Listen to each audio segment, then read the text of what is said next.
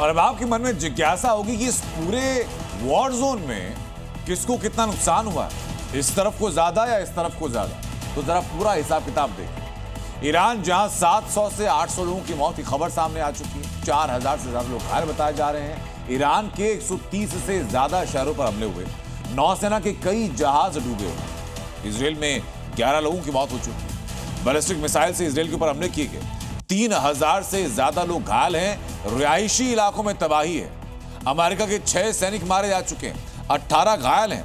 3 F-15 fighter crash हो चुके हैं, कुछ जेट्स लापता हैं। सैन्य बेस, दूतावास पर हमले हुए हैं। और इसके अलावा जो बाकी खाड़ी देश हैं उनमें मिलाकर 20 लोगों की मौत हो चुकी है, 100 से ज्यादा घायल। एनर्जी इंफ्रास्ट्रक्चर पर हमले किए गए, मिसाइल ड्रोन की बरसात की। अभी तक का पूरा रिपोर्ट कार्ड है। इसी बीच जंग से जुड़ी हुई एक और बड़ी खबर सामने। यूएई रक्षा मंत्रालय ने दावा किया कि 186 बैलिस्टिक मिसाइलों से हमला किया गया है। 186 में से 172 मिसाइलों को नष्ट कर दिया गया, 755 ड्रोन को नष्ट किया गया है। ईरानी हमले में हालांकि अब तक यूएई के मुताबिक 3 लोगों की मौत भी हो चुकी है। इसी ऑपरेशन पर एक बड़ा खुलासा भी सामने। मोसाद ने कैमरास को हैक किया था। कई सालों से प्लानिंग चल रही थी।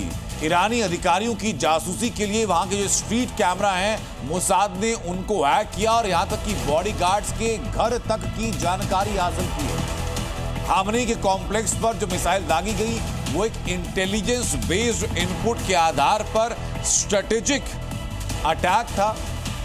कैमरास को हैक किया गया था।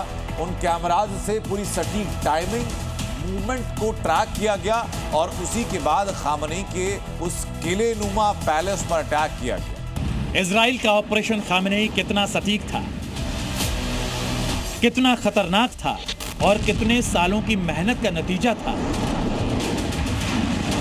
उसका अंदाजा इसी बात से लगाइए कि मोसाद खामनेई के हर कदम पर नजर रखे हुए था। उनकी तीसरी आंख खामनेई का पूरा सुरक्षा घेरा देख रही थी। वो तेहरान की हर गली, हर हलचल को पूरी तरह पहचानते थे और मोसाद ने हैकिंग का पूरा नेटवर्क तेहरान में फैला रखा था।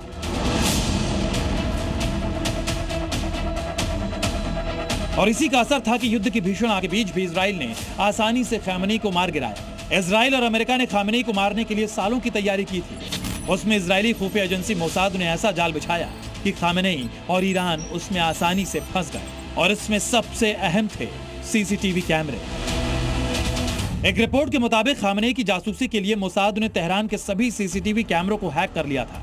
शहर के हर कैमरों तक मोसाद की पहुंच थी और इसी से खामनेई और उसके अहम बॉडीगार्ड्स की गतिविधियों पर नजर रखी जाती थी। तेहरान की सभी सीसीटीवी फुटेज सीधा तेल अवीव को भेजी जाती थी, जहां एक एक कदम का पूरा डेटा इकट्ठा किया जाता था।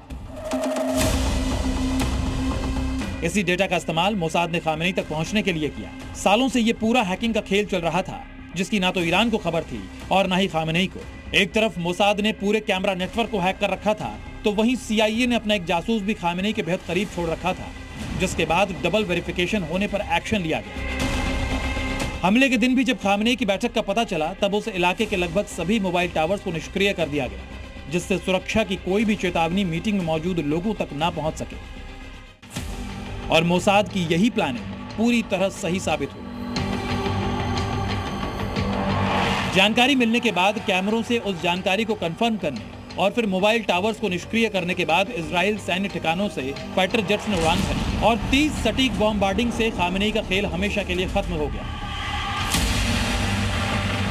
अमेरिकी राष्ट्रपति ट्रंप ने इससे पहले जून 2025 में भी कहा था कि मुझे पता है कि खामनेई कहां छिपा है, लेकिन हम अभी नहीं मारेंगे। यानी उस वक्त भी इस हैकिंग की ही वजह से ट्रंप खामनेई और उसके सुरक्षा कर्मियों की एक एक मूवमेंट पर नजर रखे हुए थे। ब्यूरो रिपोर्ट, दी मीडिया।